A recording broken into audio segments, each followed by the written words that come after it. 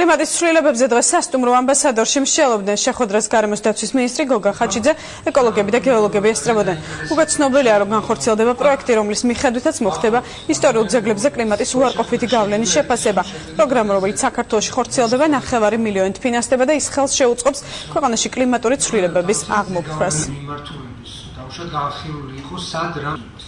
მესამე ეროვნული შეტყობა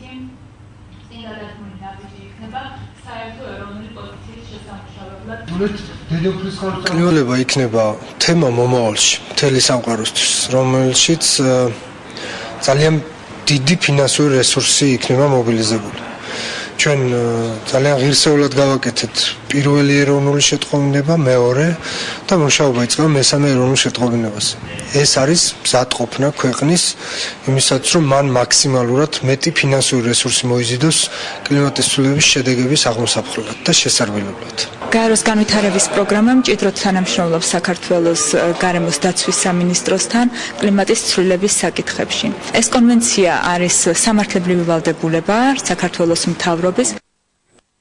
ჩინეთის ჩრდილოეთ რეგიონში ჰუკოუს ჩანჩქერით ათასობით ტურისტს იზიდავს. მაღალი ტენიანობის და დაბალი ტემპერატურის პირობებში ჩანჩქერის ნაკადები ირგვლივ ულამაზეს